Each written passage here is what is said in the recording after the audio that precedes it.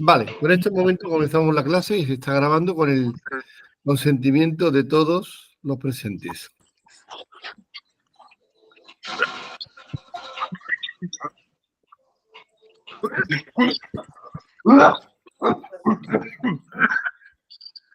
Ay, bueno, espero que pueda terminar la clase porque me dan unos golpes de tos de vez en cuando.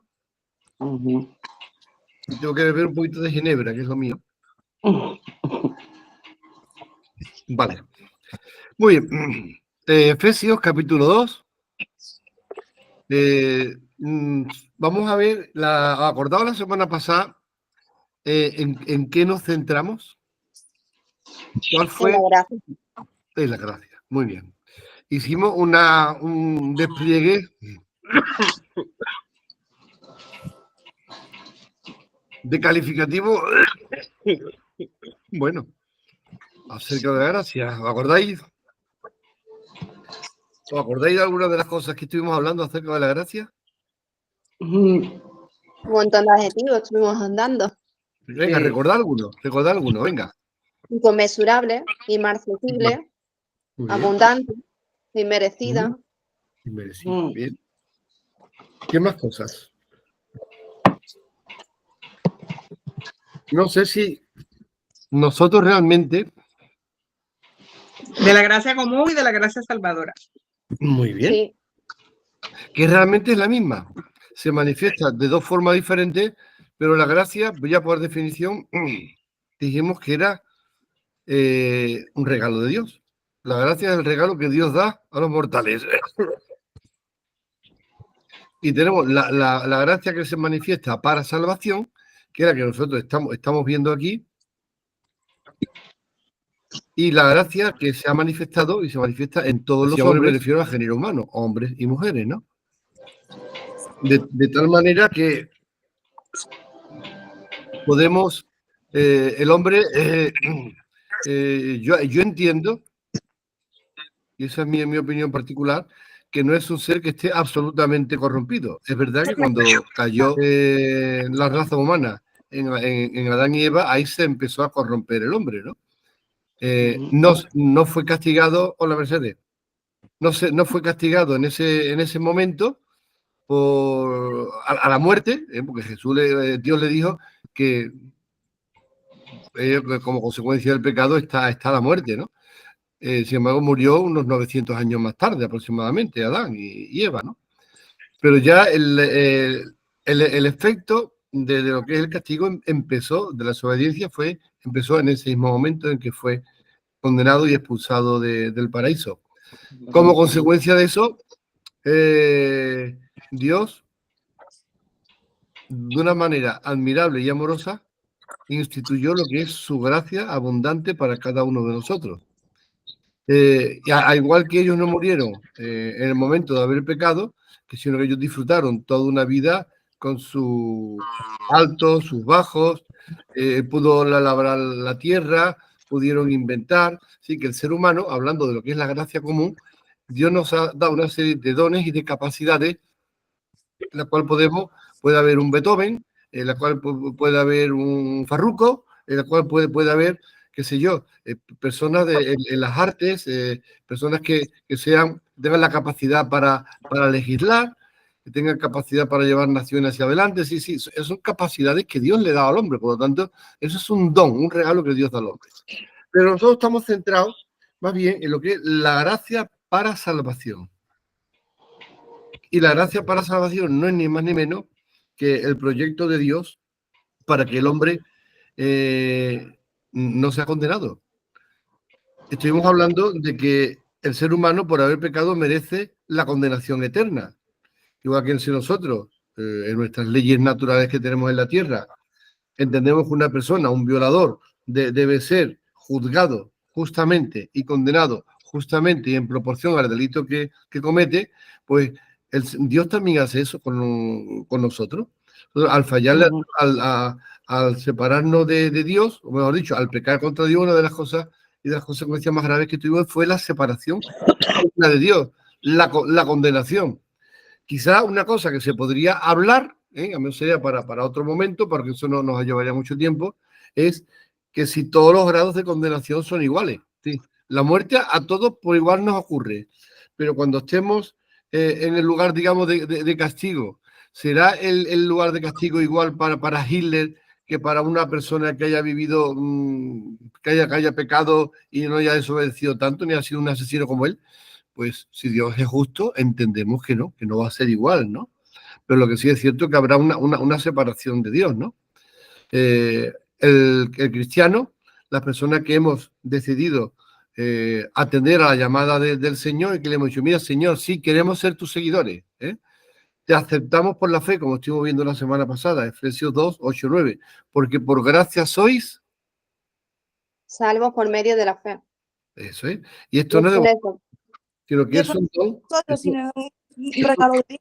Es un don de Dios, un regalo de Dios. Dice, no por obra, para que nadie pueda gloriarse. Es que la palabra de Dios, no solamente ahí, sino en muchas otras partes, deja clarísimo que la gracia de Dios es eso, es gracia sin sentido. Es una gracia que no tiene, humanamente, no tiene sentido ni tiene explicación. Únicamente si aplicamos el amor de Dios, es lo único que realmente va a darle eso algún sentido y algún tipo de explicación, ¿no? Entonces, hoy vamos a ver, vamos a ir abundando en esto de la gracia y vamos a ver qué es lo que ha hecho Dios con respecto a nosotros, como pueblo y con respecto a Él como Dios.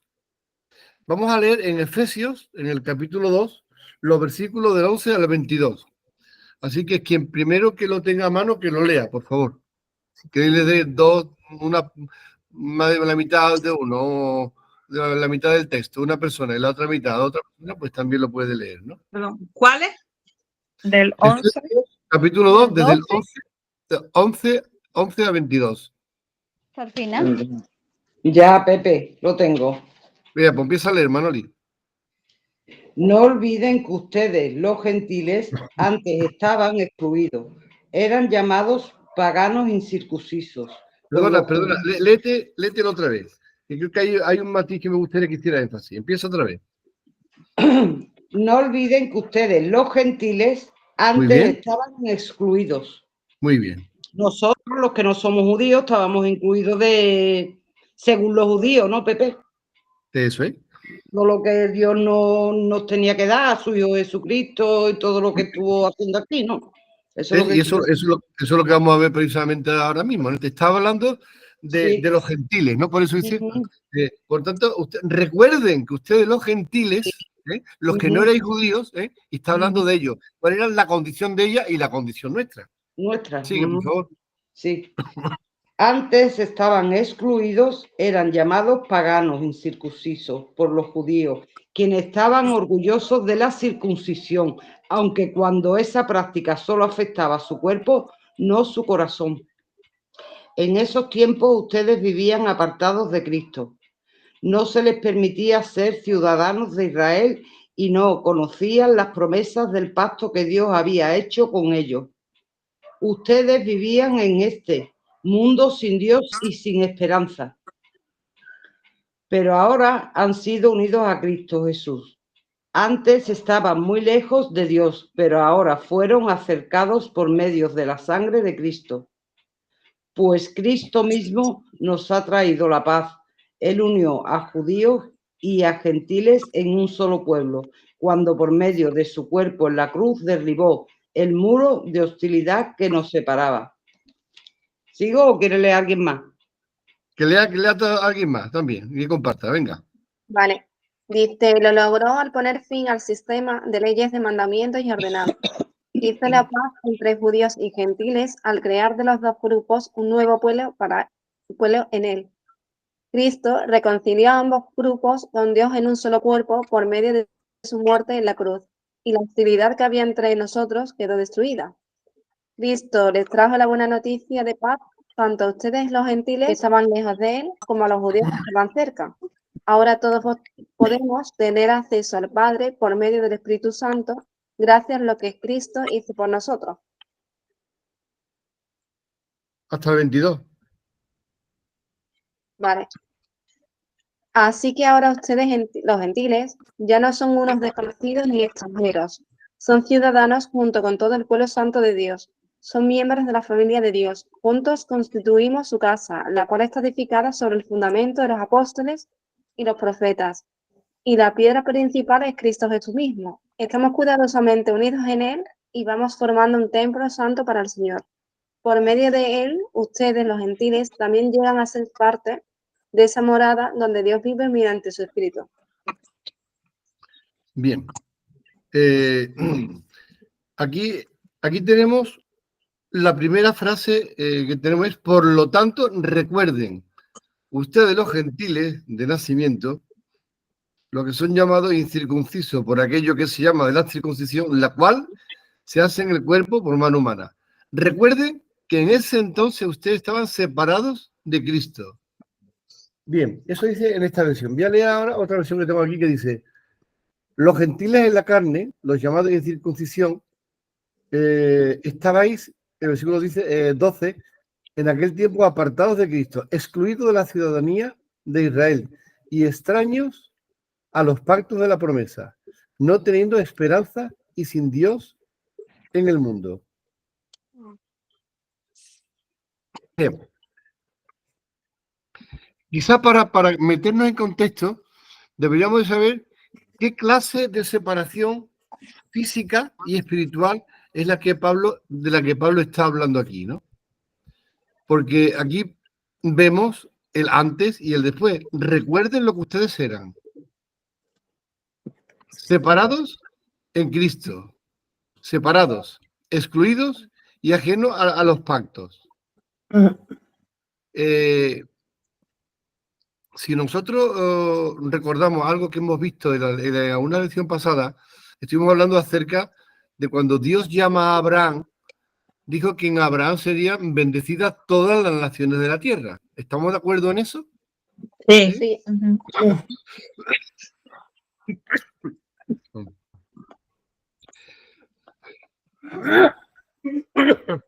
Vaya. Abraham sale de su tierra a la tierra que Dios le dice que tiene que ir, le enseña el cielo y le dice, mira, cuéntame las estrellas, Abraham. Pues igual que si eres capaz de contar estas estrellas, vas a ser capaz de contar las personas que van a ser bendecidas por medio de ti. Esa fue la promesa que Dios le dio a Abraham. ¿No? Tengo aquí agua, Mari. Sí. Gracias, hija. El pueblo fue llamado, el pueblo que Dios formó fue llamado para que fuera bendición a todos los demás, para que el pueblo sea el vocero de Dios, no solamente para Israel, sino para todos los pueblos de la tierra. Esa era la vocación a la que Dios había llamado su pueblo. Ahora, la pregunta del millón, ¿hizo Israel eso? No, no lo hizo. Se encerró a sí mismo, ¿no? Pero no solamente no lo hizo, sino que puso una pared espiritual, una pared racial y una pared física entre lo que es el pueblo de Dios y los judíos. Por ejemplo, una de las cosas que decían ellos es que ellos tenían un desprecio impresionante por los gentiles. Ellos decían que Dios había creado a los gentiles para que fueran combustibles del infierno. Ni siquiera se estaba permitido dar ayuda a una madre gentil. ¿Por qué? Porque ella iba a parir a otro gentil, ¿no? Si un judío o judía se casaba con otro que no lo fuera, otro judío con otro que no fuera judío, se llevaba a cabo el funeral del joven o de la joven judío. Tal contacto con el gentil equivalía a la muerte. Fijaros vosotros, esa pared racial, esa pared mental... ¿Cómo? Repite lo último, disculpa que no te escuché. Sí, No te si un judío o una judía se casaba con un gentil, se llevaba a cabo lo que era el funeral del joven o la joven judía. Tal contacto con el gentil equivalía a la muerte del pueblo. Era desterrado. Eso por un lado. Ahora, había también una condición importante, que ellos tenían un desprecio abyecto, si queréis buscar alguna de esas palabras en el diccionario, la podéis buscar, hacia los gentiles. Un desprecio impresionante, los llamaban, entonces le llamaban perros, ¿no? Dime, Mari Carmen. Pepe. Él era, ellos eran desterrados, menospreciados y sus hijos también. Si ellos tenían hijos en común, no ¿Sí? eran. Hace poco echaron una película ahí donde el rabino tenía, él explica, se quería casar con una judía y él era judío y su madre era judía, pero claro, la madre no estaba casada. Entonces esto también era una cosa tremenda.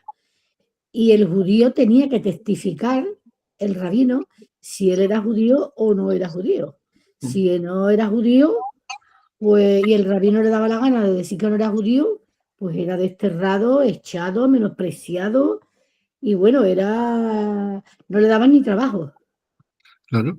Eso era, eso no era la ley de la Torá, es decir, Dios en ningún momento dijo eso. ¿Di, Leticia? Que lo que decías de casarse, por ejemplo, un judío o una judía que se casaba con un gentil, ¿qué pasaba? ¿Que su familia, la familia del judío, no podía juntarse con esa familia gentil o cómo es eso? Bueno, no solamente eso, sino que le hacían el entierro al judío, como si hubiera muerto. Al judío o a la judía, hacían un entierro, digamos, Psicológico. ficticio, psicológico, qué sé yo, ¿no? ¿Cómo llamarlo? De tal manera que ellos entendieran que se había cometido un pecado, que sé yo, poco menos que el pecado contra el Espíritu Santo, ¿no? Cosa que realmente en la palabra de Dios no viene, ¿no? De hecho, es que el pueblo judío interpretó que al haber escogido Dios a su pueblo.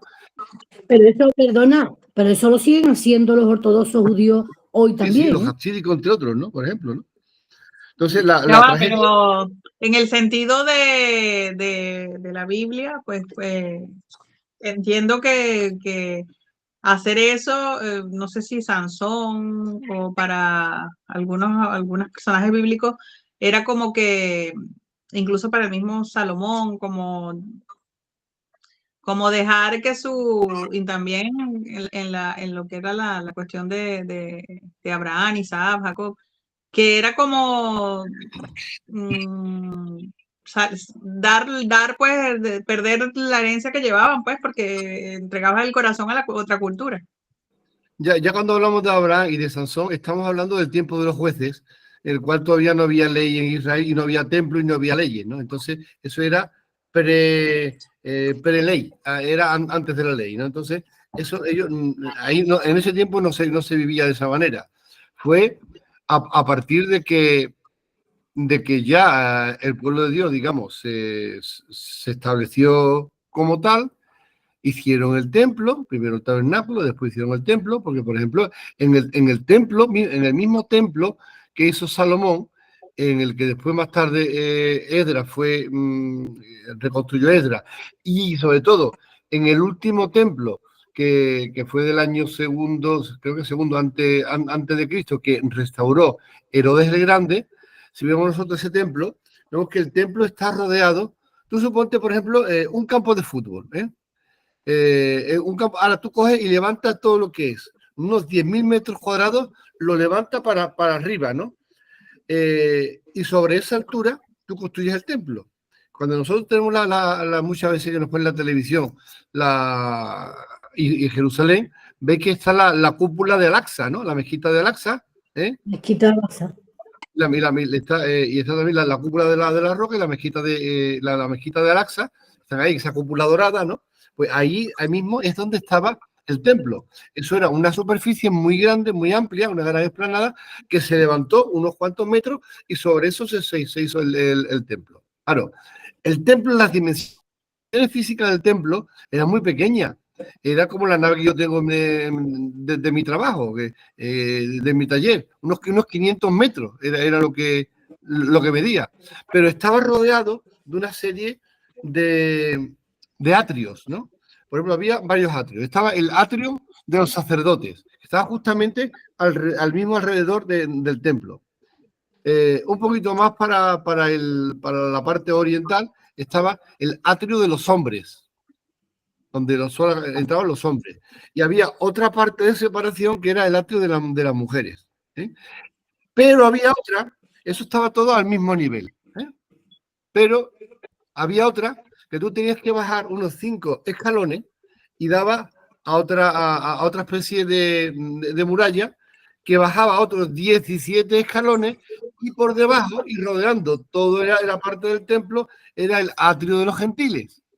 Y ahí, en ese atrio de los gentiles, es donde todos los gentiles, si querían, podían estar ahí, pero que a nadie se le ocurriera traspasar eso, porque había una serie de carteles por todos lados que indicaban no solamente que iban a ser, que iban a ser enjuiciados, sino que iban a ser ejecutados, los que pasen serán ejecutados. Era lo que ponía el cartel en varias lenguas, ¿no? En hebrea, en aramea, en griego, sobre todo en griego, y el latín, que era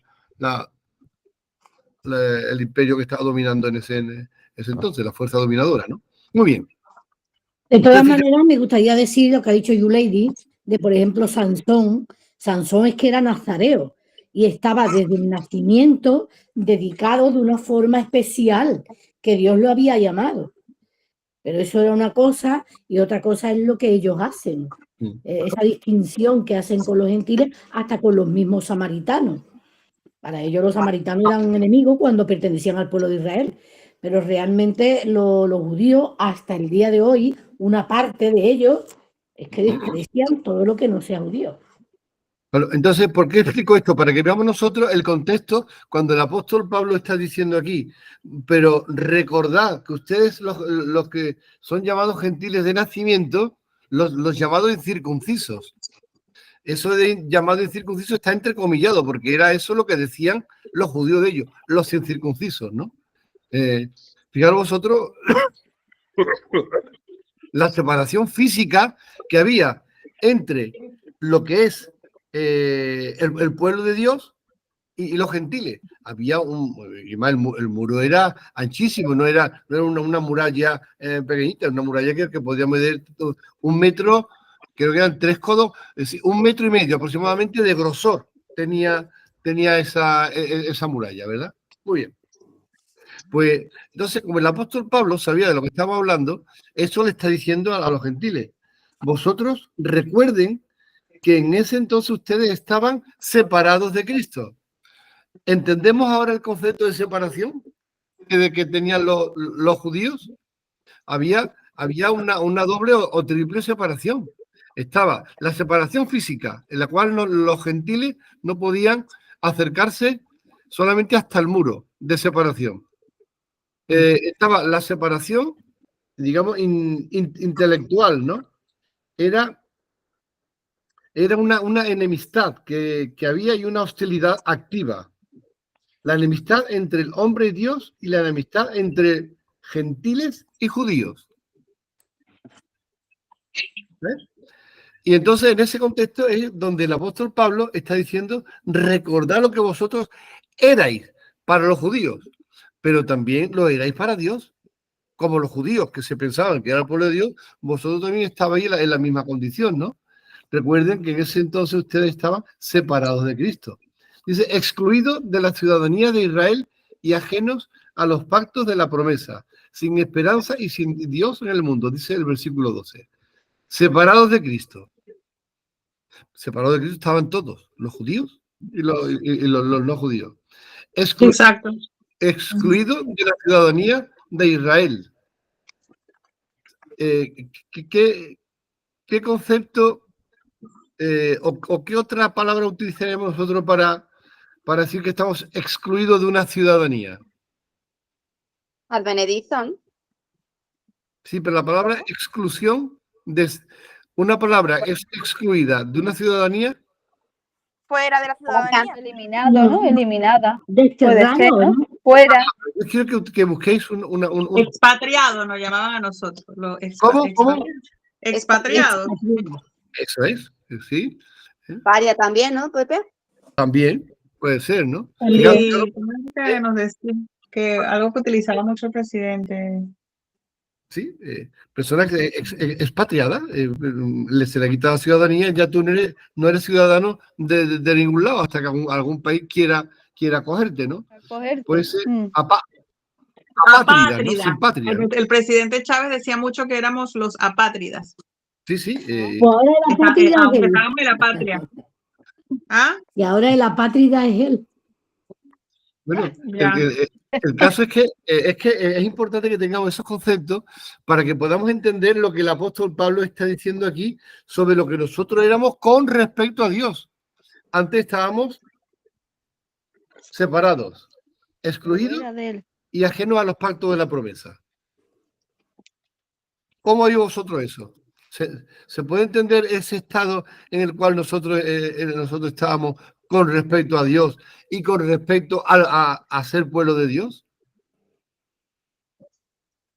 Claro. ¿Veis ahí cómo el pecado tiene importancia? Vemos aquí cómo no podemos decir, nada, el pecado es una tontería. No, el pecado produjo todo eso, ¿no?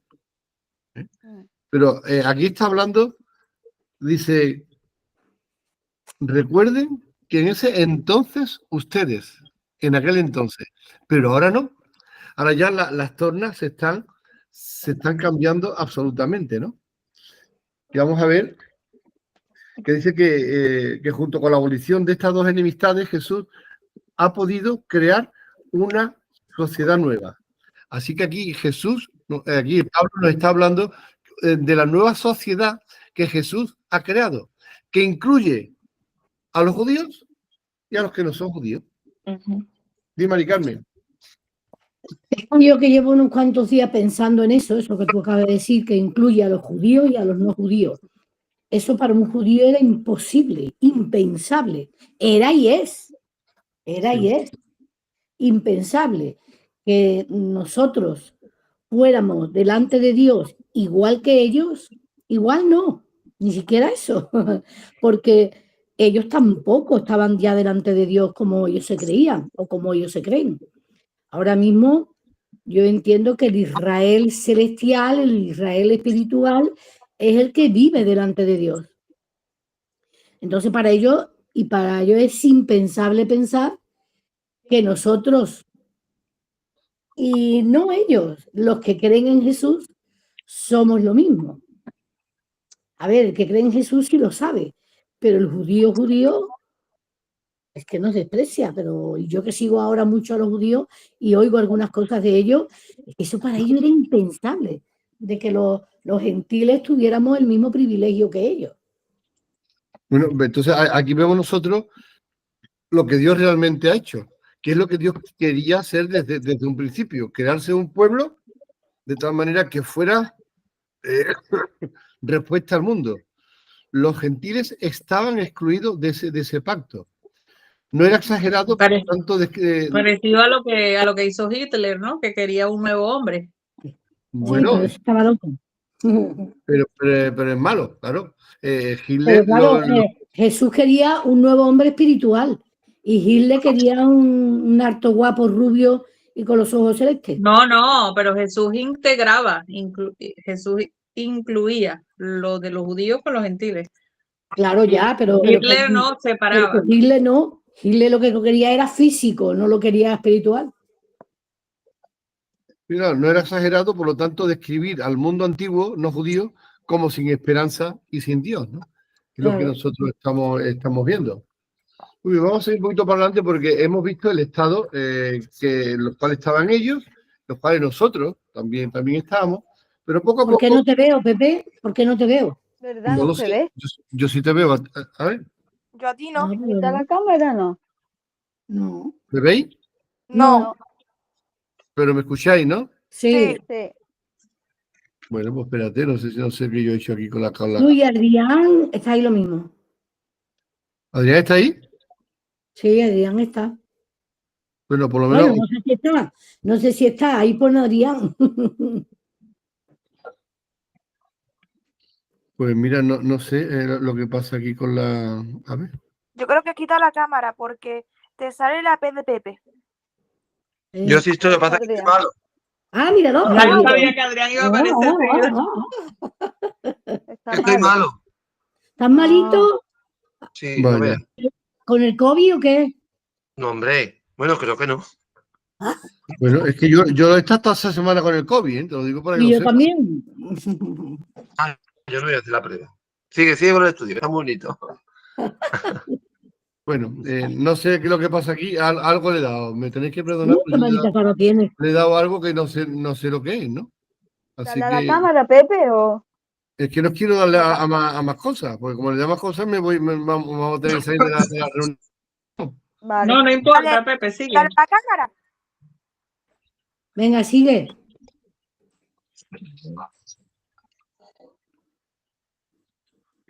Ah, ¿ya no está? Me ha comido la lengua al gato. No, ¿Ha ido? ya no he dicho nada. Le ha comido la lengua al gato. Eh, eso que le habrá dado algo.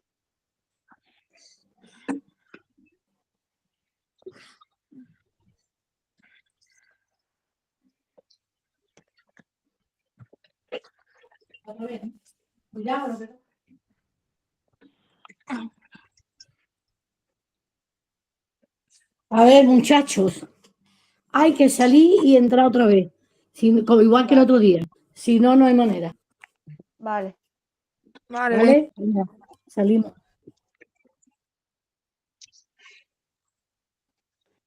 Ay.